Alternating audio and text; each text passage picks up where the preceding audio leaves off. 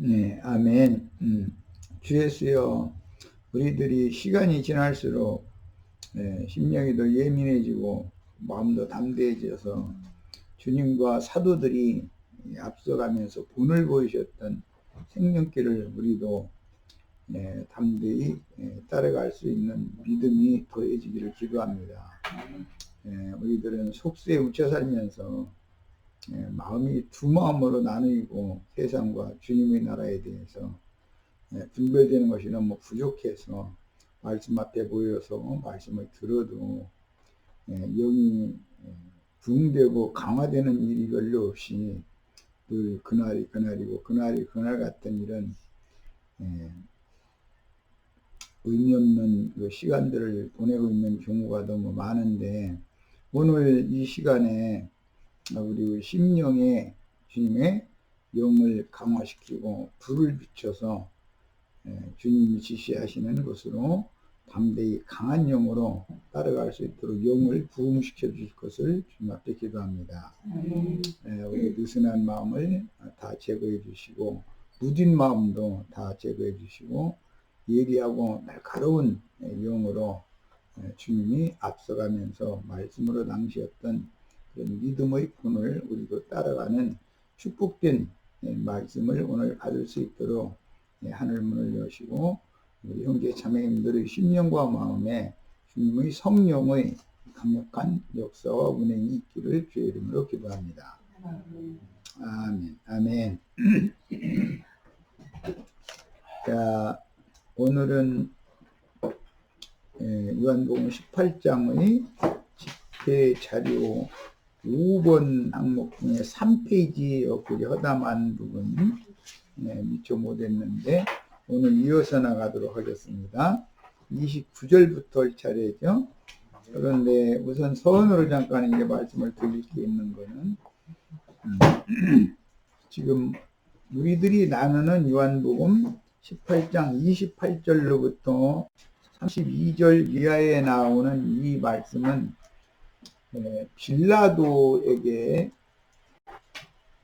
신문을 받는 내용으로 되어 있는데, 예수님이 빌라도에게 신문을 받을 때는 2차에 걸쳐서 신문을 받기 때문에 그 문맥에 대해서 흐름을 잘 이해를 하셔야 됩니다. 유대교 대제사장들이 가야바의 장인인 안나스가 먼저 신문을 하고, 그 다음에 현직 공의회 의장인 대제사장 안나스의 사위인 가야바가 공회에서 2차 신문을 해서 사형수로 참남한 말을 한 자라 해서 사형수로 자신들의 율법으로 종교를 해놓고 나서 빌라도에게 넘겨서 빌라도를 통해서 이제 사형수로 확정되기까지 2번에 걸쳐서 신문을 받는 내용인데, 첫 번째 신문을 받을 때는 빌라도가 예수를 아무리 조사를 해봐도 아무리 생각해봐도 로마의 실정법에 의해서 예수를 죽일 만한 그 죄를 찾지 못했기 때문에 1차 판단에서는 이 사람은 무죄자다, 이 사람에게서는 죽일 죄를 찾지 못했다라고 이제 가서 선고를 하게 됩니다. 나가서.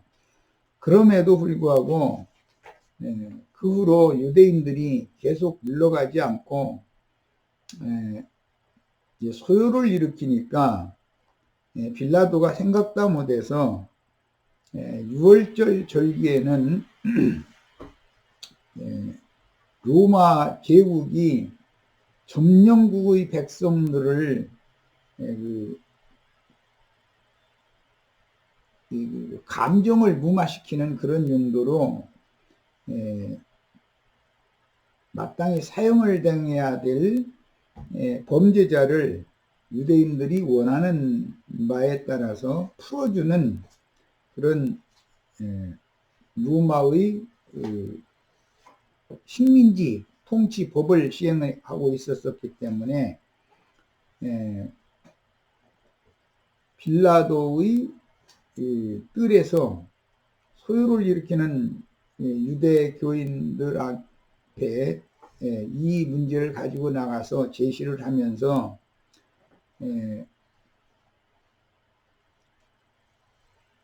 이 사람은 죽일 죄가 없으니까 로마의 통치법에 따라서 예수를 무죄 사면 석방해 주겠다, 이렇게 이제 제안을 하니까 저를 십자가에 못 박아 죽여야 된다고 소요가 일어나기 때문에 빌라도는 생각도 못해서 예수가 갈릴리 사람이라는 말을 고소자들에게 들어서 갈릴리에서부터 여기까지 와서 군중들을 미혹하고 소요를 일으키게 하는 사람이고 로마 황제에 대해서 거역하게 하는 사람이다. 즉 행악자다, 이렇게 자꾸 제소를 하니까 생각도 못해서 그렇다면 갈릴리 지역의 분봉왕이었던 헤롯에게 이 재판을 잃어버리는 것이 좋겠다 싶어서 이 나사렛 예수가 나사렛 사람이라는 것을 알고 나사렛 지역의 분봉왕이었던 헤롯이 마침 절기를 지키러 예루살렘에 와 있었기 때문에 헤롯 궁으로 예수를 다시 팔미리에서 보내고 헤롯이 다시 빌라도에게 또 보냈기 때문에 2차 신문을 하게 되는데, 2차는 신문이라고 할 것도 없고 유대인들의 그 요구를 들어주므로 유대인들의 소요를 무마시킬 요량으로 그러면 너희 마음대로 해라 하면서 마무리, 나는 이 사람이 피해 대하에는 관여하지 않겠다 해가지고 손을 씻고 나서는 예수를 유대인들에게 너희 마음대로 하라고 내줬다라고 이렇게 말씀이 이어지고 있어요. 그러니까 예수를 재판을 할 때 유대인들의 율법으로 2차에 걸쳐서 신문을 했고, 그 다음에 이방인의 법으로도 2차에 걸쳐서 신문을 해가지고 1차에는 무죄 판결이 났지만 유대인들이 어겨가지고 할 수 없이 2차에는 빌라도가 너희 맘대로 해라, 그럼 이렇게 해서 내주라. 그래서 신문을 2차로 받게 되는 이야기가 지금 예수님이 빌라도의 뜰에 선 이후의 십자가에 못 박히기 전까지의 행적이기 때문에 이런 지금 서론에 말씀드린 이런 내용을 마음에 잘 담아두시고 나서 읽으셔야 돼요. 요한복음에는 지금 내가 설명한 것처럼 구체적인 이런 여러 가지 정황들이 다 기록이 되어 있지 않고 간략간략하게 기록이 되어 있기 때문에 요한복음만 읽어가지고는 그때 당시 정황을 바르게 이해하고 또 그런 사건이 생기게 된 영적인 뜻을 이해하는 데 많은 어려움을 겪을 수가 있습니다. 오해할 수가 있어요. 그래서 빌라도의 1차 신문이 있고 나서 빌라도는 유대인들에게 나아가서 이 사람을 내가 사실조사를 다 해봤더니 이 사람은 죽일 만한 죄가 없는 사람이다 라고 선고를 1차 했습니다.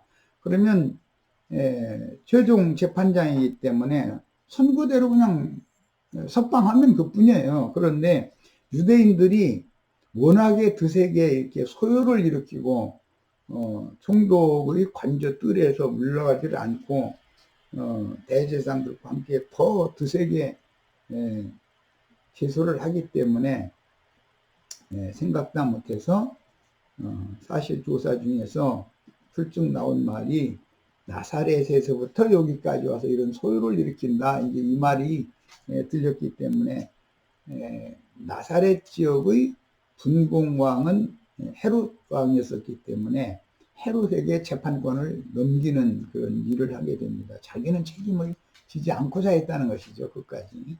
이런 기본 성경의 흐름에 대해서 이해를 한 다음에 29절 말씀으로 이제 들어갑니다. 그러므로 빌라도가 밖으로 나가서, 여기 그러므로 빌라도가 밖으로 나갔다는 말은 예수를 신문을 해봤더니 로마의 실정법대로는 죽일 만한 아무런 혐의가 없는 거예요.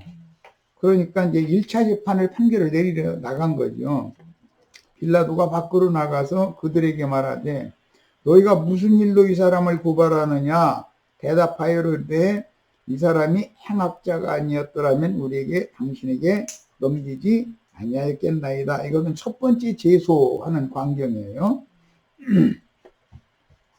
유대인들에 대한 호감을 갖지 않았던 로마 총독이므로 당연히 총독의 재판석인 프라이도리온이라고 이제 우리 번역에 나온 이 대제사장이 유대인들을 재판할 때 권위의 보좌에 앉는 것처럼 황제의 대리자로서의 권위를 갖고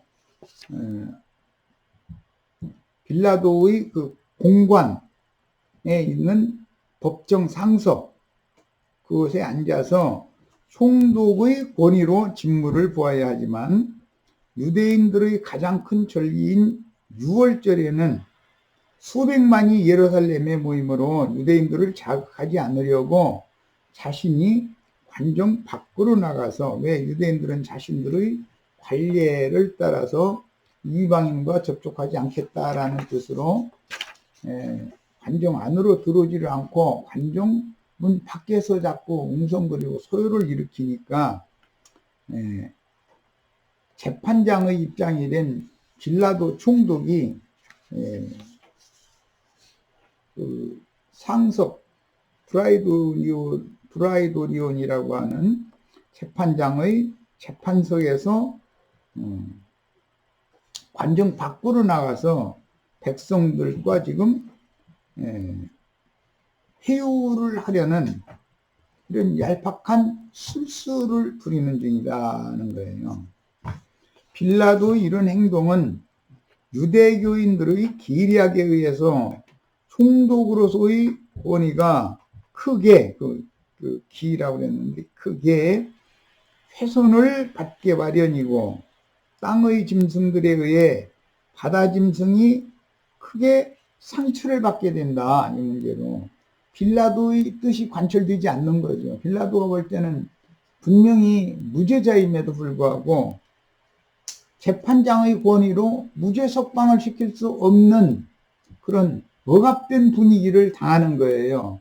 이게 총독으로서는 좀 세상 말로 말하자면은 너무 체면이 깎이는 그런 이상한 재판이 지금 진행되고 있는 거죠. 그러면 이방인들인데 자존심으로 똘똘 뭉친 사람들이 유대인들의 그 종교적인 교권에 의해서 자기의 정권이 힘없이 이렇게 무너지고 힘을 못 쓰고 그러면은 겉으로는 할 수 없이 현 상황이 이러니까 유대인들에게 져주는 것 같지만 속으로는 이를 갈게 마련이다라는 거예요. 이런 이제 분위기가 형성을 되는 것을 기록하고 있습니다.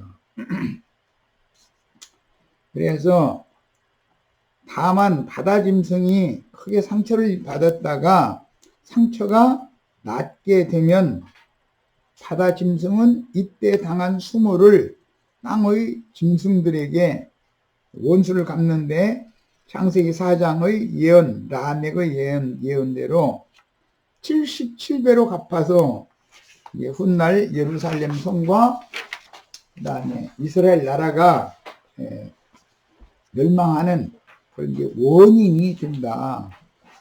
무엇이든지 나중에 어떤 사건이 큰 사건이 결과가 그렇게 나타나는 것은 아무것도 아닌 뭔가가 아무것도 아닌 같이 여기지만 뭔가가 어떤 고다리가 얽혀져 있기 때문에 이것이 풀리지 않고 결과적으로는 역사적인 큰 사건으로 이게 비화된다는 것을 이제 알 수가 있어요. 이것은 이런 일은 우리 이제 작게는 우리 개인의 인생사에서도 보면 뭔가 내가 남과 또는 어떤 사건과 관계가 되어 있을 때 그것을 그때 당시 깔끔하게 해결하지 않고 적당하게 넘기는 경우가 있거든요. 사람이라는 적당하게 임시 모면을 하고자 하는 것이 사람의 특성이기 때문에, 그러면 그것이 원인이 되어져 가지고 나중에 예기치 않은 어떤 사건을 통해서 크나큰 곤경을 당하게 되는 경우가 생기는 거예요. 이런 걸 통해서 우리는 인생도 배워야 되는 거죠. 사회생활을 또 어떻게 해야 되는지를 배워야 되는 거고, 매번 작은 문제라도 깔끔하게 처리를 하고 넘어가는 것이 안전하다. 이런 걸 배울 필요가 있어요. 항상 마귀는 뭔가 아무것도 아닌 사건을 통해서 낚시바늘을 푹 갖다 끼워놓고 나서는 그 사람이 낚시바늘에 끼인 상태로 나름으로 피하고 도망가도록 줄을 길게 늘려주는 거예요. 그러다가 어떤 시점이 딱 되면은 반대로 잡아다니기 시작하거든요. 그럼 꼼짝 못하고 끌려가는 거예요. 이것이 마귀가 하는 술법이다. 인생 경영을 하든 교회 생활을 하든 매사를 이런 것을 잘 생각하셔야 돼요.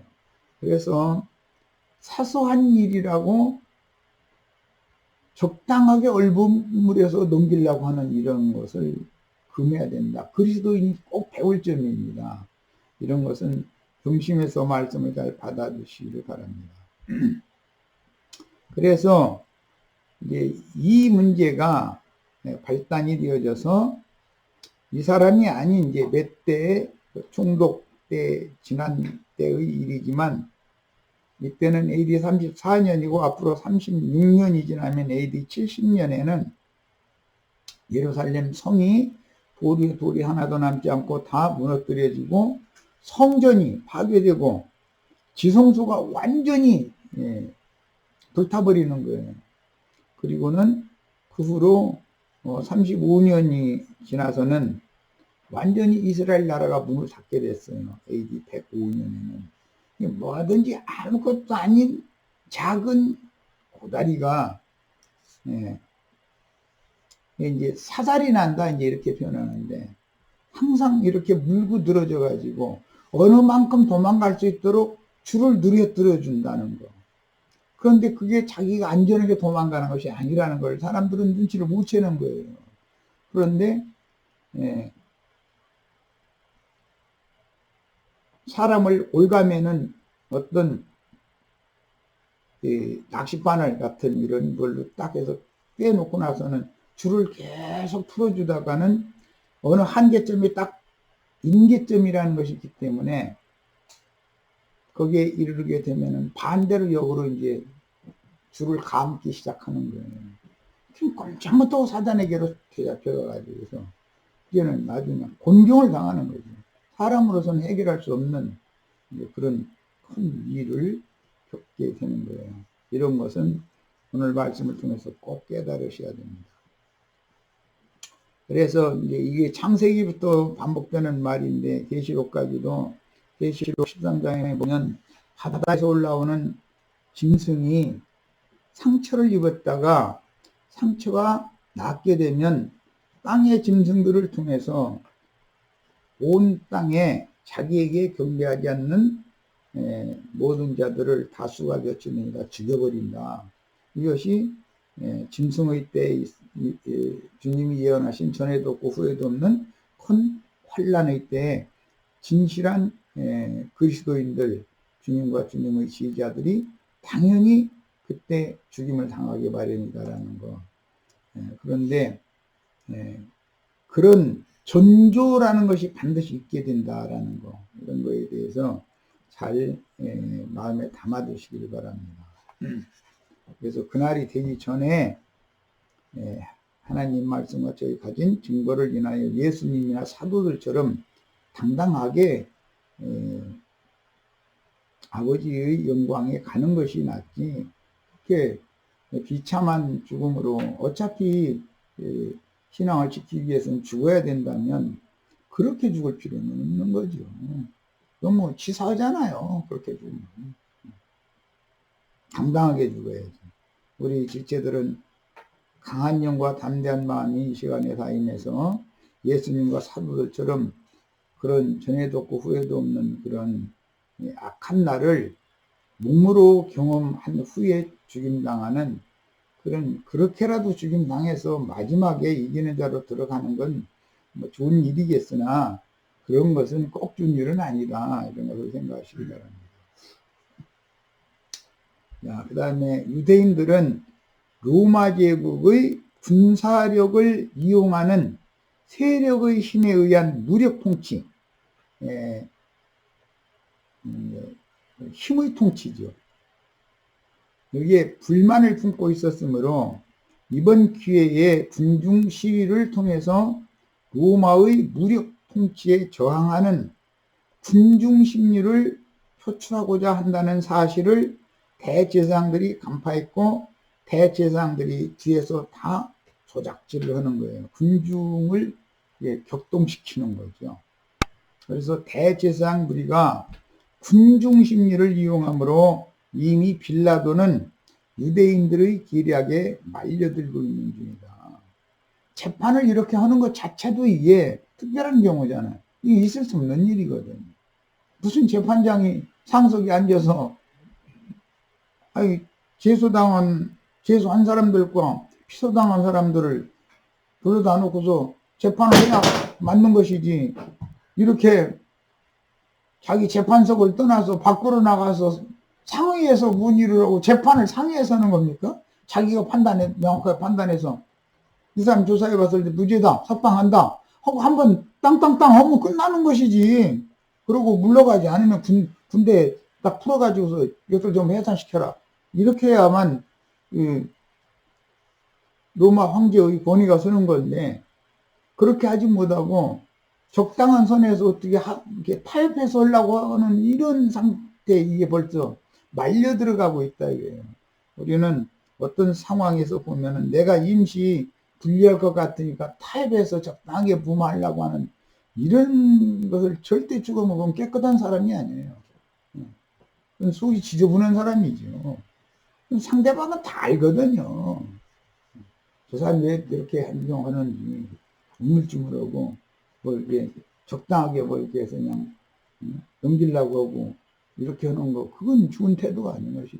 아니면 아니고 옳으면 옳고 이걸 명확하게 해야 된다는 거예요. 그런데 그렇게 하면은 매사를 볼 때 나에게 불리하잖아요. 너무 야박한 사람 같고 너무 자기만 혼자 잘난 체 하는 사람 같고 그러잖아요. 그런데 자기가 상대방의 어떤 마음을 사기 위해서 한다고 지금 이렇게 빌라도는 이렇게 처신을 하지만 이거는 이미 유대인들의 계략에 말려들고 있는 것이라는 거예요. 그런데 우리 형제 자매님들 뭐 성경 읽지만 요한복음 18장 28절로 32절 이런 데 읽을 때 그런 걸 한번 생각이나 해보고 읽어요. 그냥 꺼먹고 글씨고 하는 건 종류 이렇게 읽지. 그러니까 이게 문제인 거예요. 성경이 그렇게 간단한 얘기가 아닌데. 자, 31절입니다. 빌라도가 이르되 너희가 그를 데려다가 너희 법대로 재판하라. 첫 번째는 자꾸 빌라도는 8mm를 하고자 하는 거예요. 자기가 이 예수를 죽이는 일에 말려들고 싶지 않은 거예요. 빌라도는. 그러면 내가 볼 때는 그 사람을 죽일 만한 그 실정법의 범인이 아니니까 너희가 그를 죽이고자 하고자 하면 너희가 데려다가 너희 법대로 재판해라. 그 말은 율법대로 죽여도 되지 않냐 이거. 너희 율법을 보면 율법의 문제 같은데, 유대인들의 종교 문제 같은데 왜 로마의 법에 제소를 하냐. 너희 법으로 가서 재판에 죽이고 싶으면 죽이든지 말든지 하지. 그 말이란 말이에요 지금. 유대인들이 이르되 우리에게는 사람을 죽이는 권한이 없나이다. 이렇게 표현을 했지만 이건 무슨 말이냐면은 자신들의 율법에 의하면 죽이는 권이 있어요. 참남한 여호와를 모독하는 자는 참남죄로 해서 돌로 쳐 죽일 수가 있는 거예요. 그들은 그런 권리가 있어요. 율법대로 재판하면. 그런데 자신들의 법대로 재판하면은 로마 황제의 재가를 받아낼 수가 없다라는 걸 알기 때문에 빌라도를 끌고 들어가야 된단 말이에요. 로마의 법에 의해서 죽인 것처럼 해야 되니까. 위선자들이죠. 이게 종교인들의 교활합니다 말이에요. 실제는 로마의 실정법을 위반한 사람을 유대인의 율법으로 죽일 수는 없는 거죠. 그건 로마법으로 해야 되는 것이죠. 그런데 실제로 예수를 지금 제소를 하는 것은 그들이 사형수로 결정을 한 것은 참남한 말을 했다는 것 때문에 마땅히 사형에 해당한다라고 결정을 한 것이지 로마법으로 죽이는 것이 아니잖아요 지금. 그런데 로마법으로 죽여야만 자기네들의 그 종교적인 문제로 로마에 저항을 했다라는 이런 것이 발각이 나지 않고, 로마가 앞으로 이것이 로마에 의해서 분명히 이제 로마는 이 사건 때문에 이 빌라도가 자기 직무를 마치고 돌아가가지고 황제한테 다 낱낱이 다 고해야 되기 때문에, 그렇게 되면 로마 황제는 벨른단 말인데, 이제 이 유대인 요놈들 언제 한번 맛 좀 봐라 하고 이제 별로거든. 그런데 그게 아까 내가 얘기한 것처럼 끈을 이렇게 풀어주는 기간이 36년 동안 지났지만은 그 다음에는 완전히 쓸어버리잖아요. 그러니까 반드시 짐승에게 상처를 입히면 짐승이 상처가 낫는 기간이 있기 때문에 상처를 낫고 나면은 안갚음을 하는데 77배로 해버린다는 거예요. 이런 것을 알아야 되는 거죠. 우리도 세상사에서 이 세상식 마귀를 잘못 건드려 놓으면은 마귀가 해코지를 그렇게 할 수가 있는 거죠.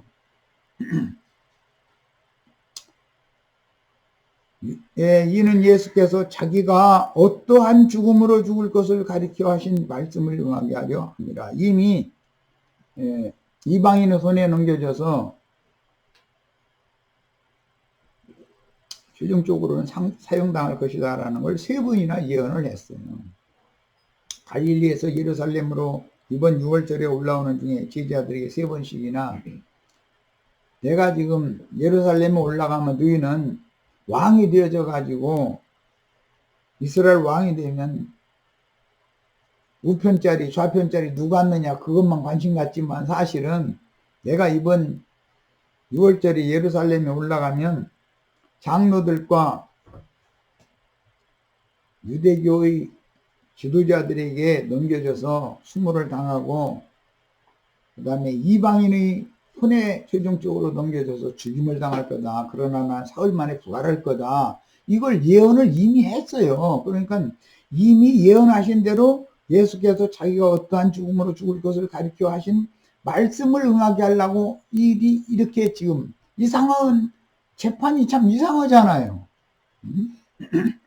이런 재판이 어디가 있어? 세상 하급심 재판에서도 이렇게 하는데 사람의 목숨을 죽이느냐 살리느냐 최종 이것은 대법원 재판과 같은 건데 지금 빌라도에게 넘겨졌다는 거는 이게 참 황당한 일이 벌어지고 있는 거죠. 예.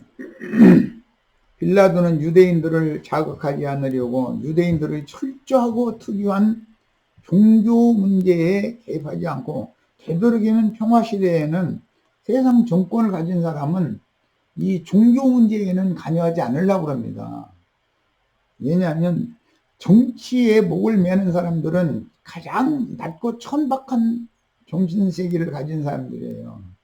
그러나 종교의 문제에 심취해 있는 사람들은 정치적인 세력이나 돈이나 이런 걸 우습게 압니다.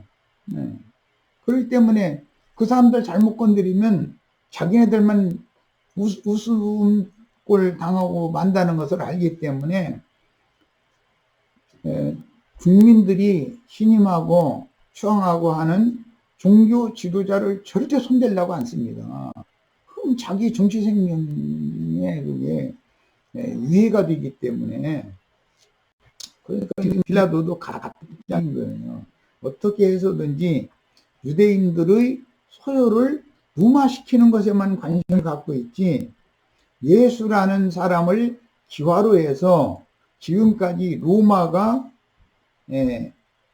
이스라엘을 무력으로 통치하는 것에 대해서 이번 6월절에 반기를 드는 대대적인 시위를 하려는 이런 그 분위기에 대해서 감지를 못하고 있는 거예요. 그런데 예수를 죽임과 동시에 로마에 대해서 저항을 지금 하는 거거든요. 그러니까 종교적인 것이 기회가 되어져 가지고 계기가 되어져서 정치적인 어떤 문제와 비화되고 있는 거예요. 사건이 확대되고 있는 거예요. 그런데 빌라도는 이런 수백만이 예루살렘에 모여서 절기를 지키는데 그 수백만의 유대인들을 잘못 건드려 놓으면은 큰일 나잖아요. 그러니까 그들을 어떻게든지 해서 무마시키는 쪽으로 해보려고 술수를 부리는 거예요. 이게 지고 들어가는 거죠, 벌써 총독이. 단 정상적인 것 같으면 총독이 권한으로 총부장 몇 명, 총부장 누구 무슨 군단장 무슨 군단장 누가 하고서는 이것들 전부 싹 쓸어버리고 한마디 하면 그걸 끝나는 거예요. 그런데 지금은 6월절이라고 하는 특별한 유대인의 절기였기 때문에 그렇게는 못 한다 이거예요. 무력 정치를 할 수가 없는 거단 말이에요. 이게 묘한 일은 모든 분위기가 이렇게 움직여지는 거예요. 그런데 이 뒤에 성경을 이루게 하려는 하나님의 손이 이 뒤에서 섭리하고 있다는 걸 지금 보여주는 거예요. 자, 유대인들의 율법대로는 신성 모독죄를 범한 중죄인은 얼마든지 돌로 쳐서 죽이거나 태양을 향하여 목을 메어 죽이거나 심지어 불살라 죽일 수도 있었지만 유대인의 율법이에요. 너희 법대로 해라 하면 그 세 가지 중에 한 가지로 죽일 수가 있어요, 예수를. 그런데 자신들의 종교 문제로 이런 소요를 일으켰다 그러면은 거기 주동자를 나중에 빌라도가 다 색출해다가 또 처단할 거 아니에요. 그러니까 그런 것을 속이고자 하는 거예요. 자, 그래서 로마 제국에게 정복당하여 속국이 되어 정치적인 국권, 이제 바실레아라고 그러고, 이 바실레이아라는 용어는 천국이라고, 국이라고 대부분 번역을 했는데 국군이라는 뜻이요. 나라의 그 시리권, 통치권을 잃는다라는 말은 국가가 세워지려면 첫째는 국민이 있어야 되고 국토가 있어야 되고 그 국토 내에 있는 국민을 다스리는 정권을 가져야 되는 것이거든. 그런데 이 3권을 다 잃어버린 거예요. 지금 3권 중에서 정권을 잃어버린 거예요. 국토와 국민이 있지만 국토는 로마 땅으로 이게 합병돼 버렸고 국민은 로마의 식민으로 이게 법이 바뀌어져 있는 상태다 이거예요. 그러다 보니까 3권을 다 잃어버린 거예요. 그래서 유대인의 종교법으로 사용시키지 않고 로마 황제의 재가를 받아서 정치범으로 죽이려고 황제의 대리자인 총독의 판결을 받아서 자신들이 부당한 살인을 로마의 정권과 빌라도에게 떠넘기려고 하고 있는 중이다. 유대인들의 생각은 이렇고 빌라도의 생각은 이번 소요 사태를 무마시키는 것에만 관심을 갖고 있고, 그러니까 예수는 당연히 죽게 되는 거예요. 이래도 죽고 저래도 죽는 거죠.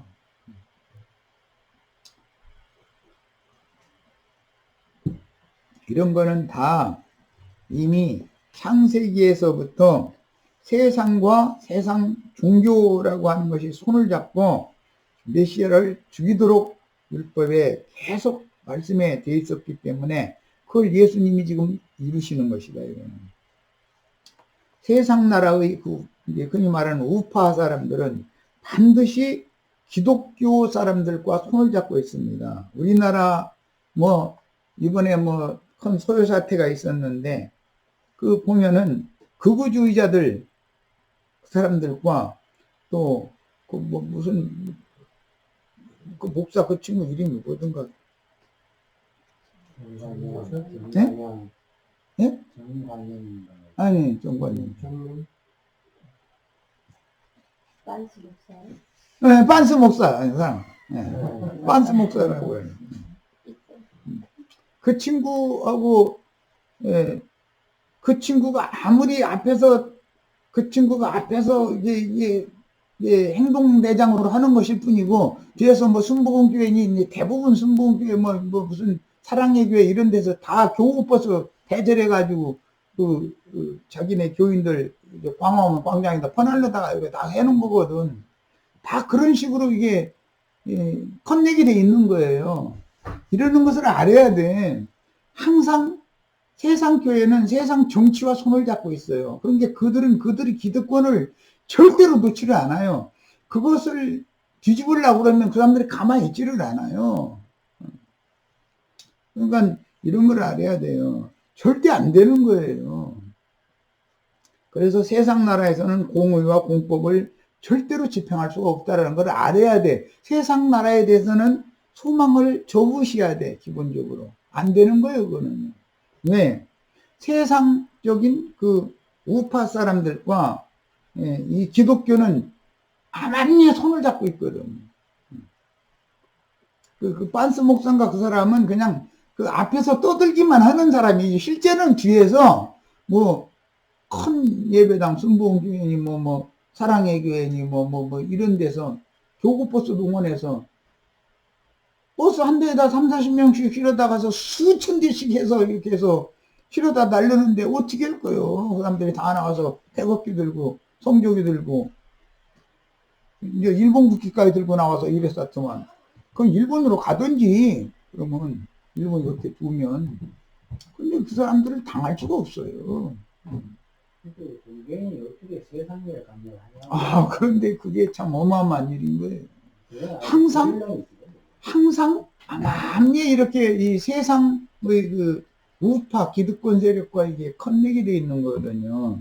이게 이런 것을 꼭 알아야 돼요. 우리는 이런 얘기하면은 뭐 이렇게 그냥 속살까지 다 그냥 까발리느냐고 이럴지 모르지만, 그 목사라는 사람이 그 사람 불과 따르는 몇 명이 그런 큰 일을 할 수 있는 게 아니에요. 뒤에서 자금이 있어야 되는 거예요. 뭐든지 하려면 돈이 있어야죠. 사람들, 할아버지, 할머니들, 버스 타고 가기만 하면은, 가서 뭐 괜히 이렇게 따라다니다가 돌아오면은, 저녁나절 되면은, 따뜻한 분말이 간바를 한 그릇 얻어먹고, 뭐 2만원이나 3만원씩인가를 이렇게 주니, 뭐 당연히 나 같아도 가고기. 갔다 그냥 참석만 오고 뭐 2만원, 3만원 생기는데 왜 안 가? 놀고 있으면 뭐래. 그러고서는 이제 숫자 타령하는 거지 뭐. 이게 절대 세상 나라 돌아가는 거에 속으시면 안 돼요. 그런 걸 알아야 돼요. 비밀한 내막을. 이것은 창세기 시작에서부터 계시로 끝날 때까지 계속 이게 악의 세력이 이렇게, 악의 세력이 선을 가장해서 이렇게 나타나는 거예요. 이런 거에 대해서 알고 계셔야 돼요. 그렇다고 뭐 정치운동하라는 말이 아니라, 의가 뭐고 불의가 뭔가를 알아야 돼요. 선악을 오해해서 알면 안 된다 이 말이에요. 선악을 알게 한 나무 hir과를 먹으면은 지금 세상 나라 돌아가는 것이 그게 선으로 생각하고 있어요. 그게 의라고 생각하고 있어요. 그런데 그렇지가 않아요. 그 반대예요. 그래서 의의 말씀을 경험을 한 사람들은 선악을 옳게 분별한다 이렇게 돼 있는 거 신약에. 옳게 분별할 줄 알아야 돼. 자, 그다음에 훗날 스테반을 유대교 공회에서 종교 재판에 회부하여 죽일 때는, 공회에서 죽였잖아요. 스테반을 죽일 때 똑같은 유대교 공회에서 예수님을 재판을 밤새도록 했지만 자신들의 우리의 법으로는 마땅히 저는 죽을 자다. 왜? 신성모독 가는 말을 했으니까. 그렇게 해서 사형수로 이미 자기네들의 종교법으로 결정을 한 거예요. 그럼 자기네들의 종교법에 의해서 돌에 쳐 죽이든지 뭐 이렇게 했어야 맞는 거잖아요. 그런데 그렇게 하자니 자기네들이, 왜냐하면 불과 엊그제 이번 6월절을 맞이해서 베다니에서부터 나귀와 나귀 새끼를 타고 예루살렘에 입성을 하실 때 종려가지를 손에 들고 수많은 무리가 양 길 옆에 도열에 서서 흔들면서 다윗의 자손 호산나 다윗의 자손이에 가면서 찬양한 무리가 있단 말이야. 날 새면은 그 사람들한테 발각되면은 이 완전히 저희끼리 어젯밤에 몰래 예수 잡아다가 이런 불법한 짓을 저질러서 죽였다.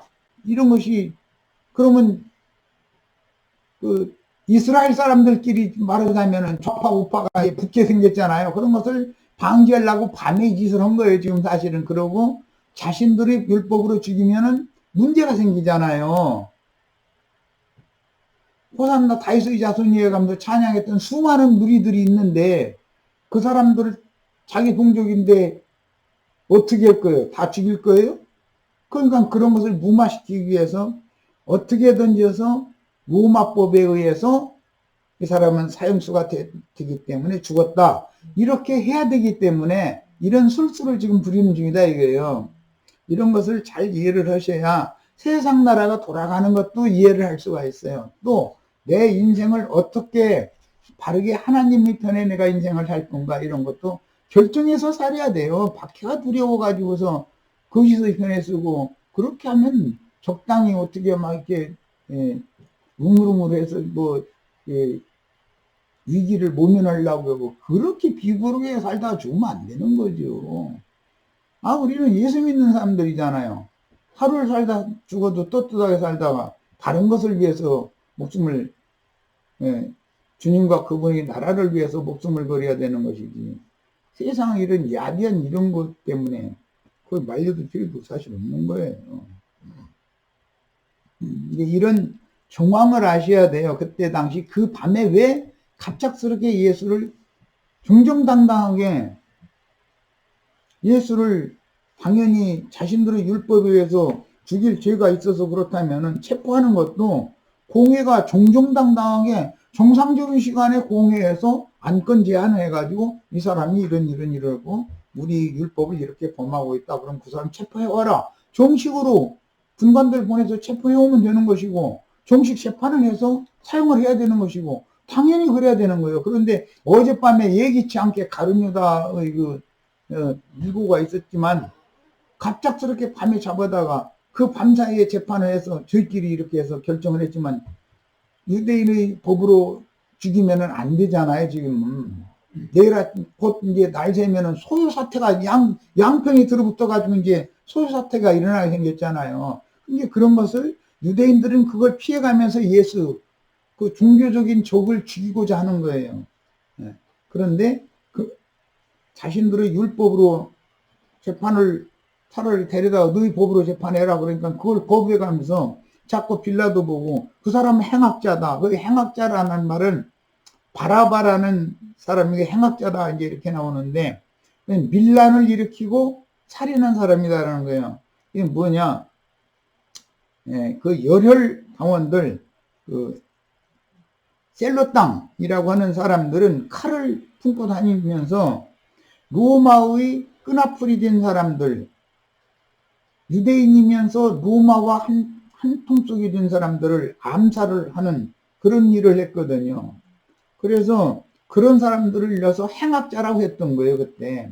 로마는 그런 사람들을 매우 주의해서 볼 수밖에 없었던 것이고, 그런데 바라바는 엊그제 그런 사건 때문에 잡혔단 말이에요, 그게. 그런, 셀로 땅의 수계인 사람이죠, 바라바라는 사람은.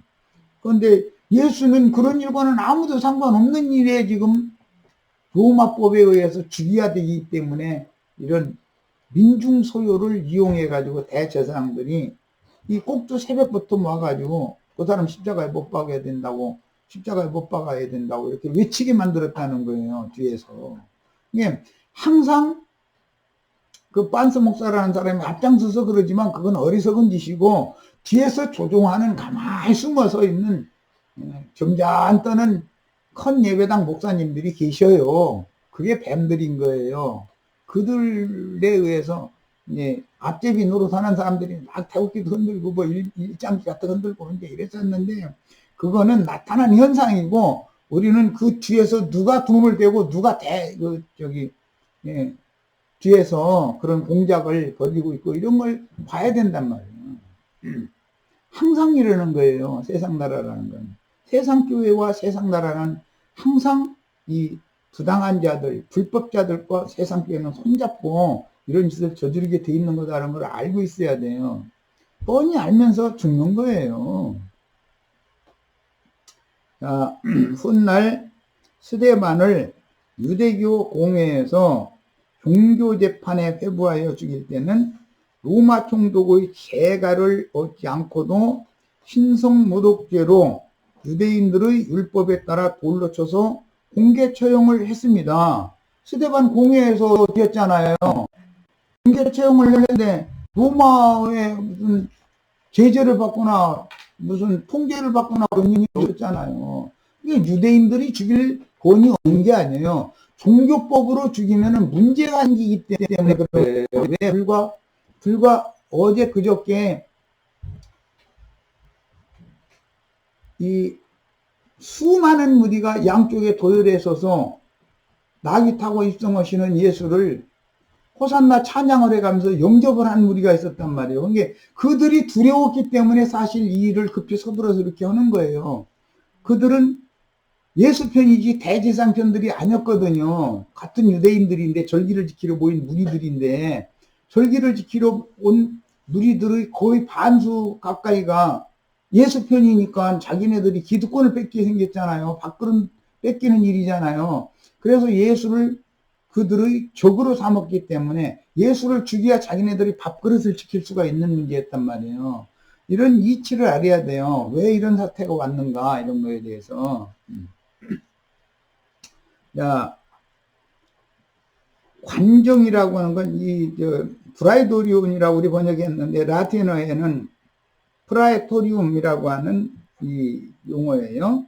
본래 로마 군대의 영내에 있는 장군의 막사, 이제 군대 가보면 전방 부대 뭐 사단장이나 군단장이나 뭐 연대장이나 뭐 포사령관이나 포대 대대장이나 이런 독립부대 부대장이 직무하는 직무실을 CP라고 그러죠. 미군 편지에 따라서 CP라고 그러는데 거기는 그 부대의 지휘관이 그날 하루 종일 8시간 동안 근무하는 그런 위치, 초소를 이렇게 지휘부지요. 그거 보고 하는 말이에요. 이 브라이도리온이라는 말은 원래는 로마 군대의 주둔군의 지휘부를 말하는 거예요. 지휘관의 초소죠.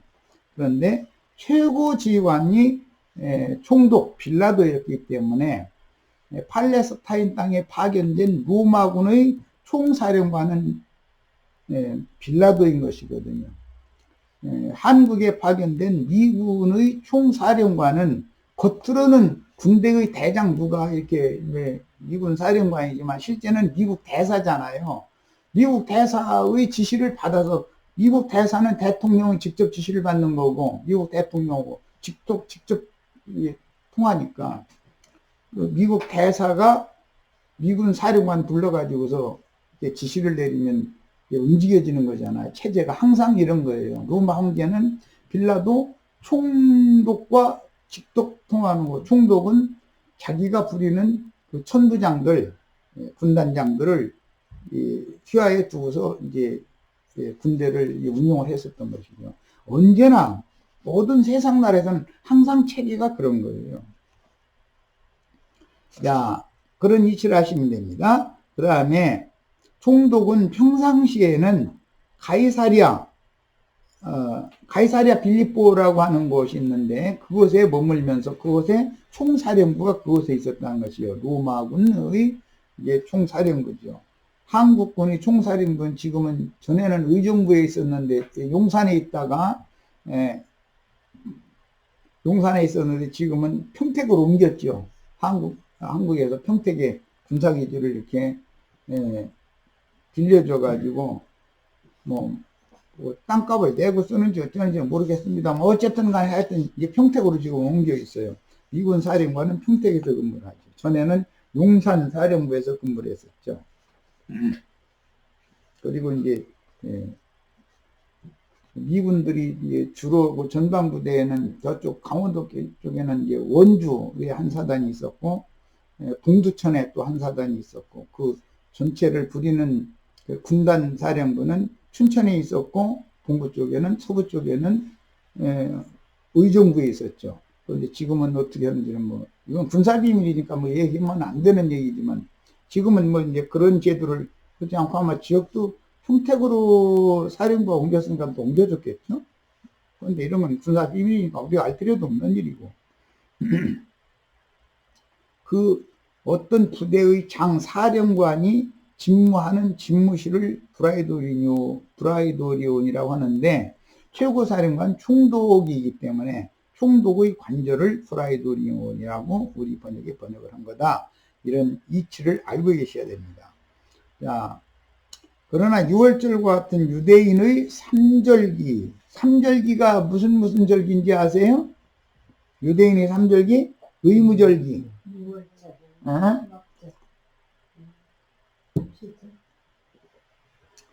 6월절, 오순절, 장막절 이 세 절기예요. 6월절에서 오순절 사이에는 무교절, 초실절이 지나죠. 그 다음에 6월절이 오면은 바로 나팔절, 속죄절이 지나간 다음에 장막절이 오는 거예요. 그러니까 7절기를 이렇게 오시면 쉬워요, 아예.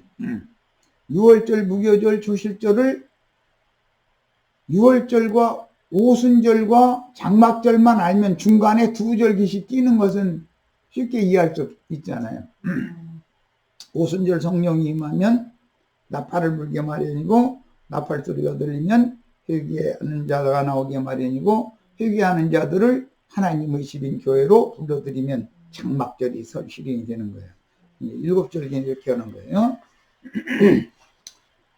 6월절, 무교절, 초실절, 오순절, 나팔절, 속죄절, 장막절 이렇게 7절기를 암송하고 계시기를 바래요. 그 다음에 총독은 식민지 백성의 소요를 예방하거나 진압하기 위해서 예루살렘에 머물렀으며, 이때 총독이 머물던 관저는 성전 마당의 담과 경계 밖에 있던 안토니아 요새, 안토니아 요새는 그 사진 이런 걸 보면은 성전 그 담벼락 위에다가 반대편 담벼락에다가 높이 성전의 모든 정황을 다 살펴볼 수 있도록 그 망대를 쌓아가지고 안토니아 성체를 지어놨잖아요. 그러니까 뭐 이제 예루살렘 성전도 로마 총독의 손아귀에서 다 움직였던 것이죠. 다 뭐 지금 한국군의 뭐 이동이나 뭐 훈련이나 이런 거 미군의 손바닥 안에 다 있는 것과 똑같은 이치인 것이죠. 자, 새벽이라, 새벽이라는 말은 어제 밤에 예수를 왜 갑작스럽게 체포를 했고, 새벽에 지금 날도 다 새지 않았는데 로마 총독 관저로 예수를 급히 이렇게 끌고 가서 식무 시간이 아니잖아요. 정상 근무 시간이 아니잖아요. 끌고 가서 이런 소요를 일으키는지에 대해서는 아까 잠깐 소개를 해드렸던 바와 같아요. 잠깐 쉬었다가 이어서 하겠습니다.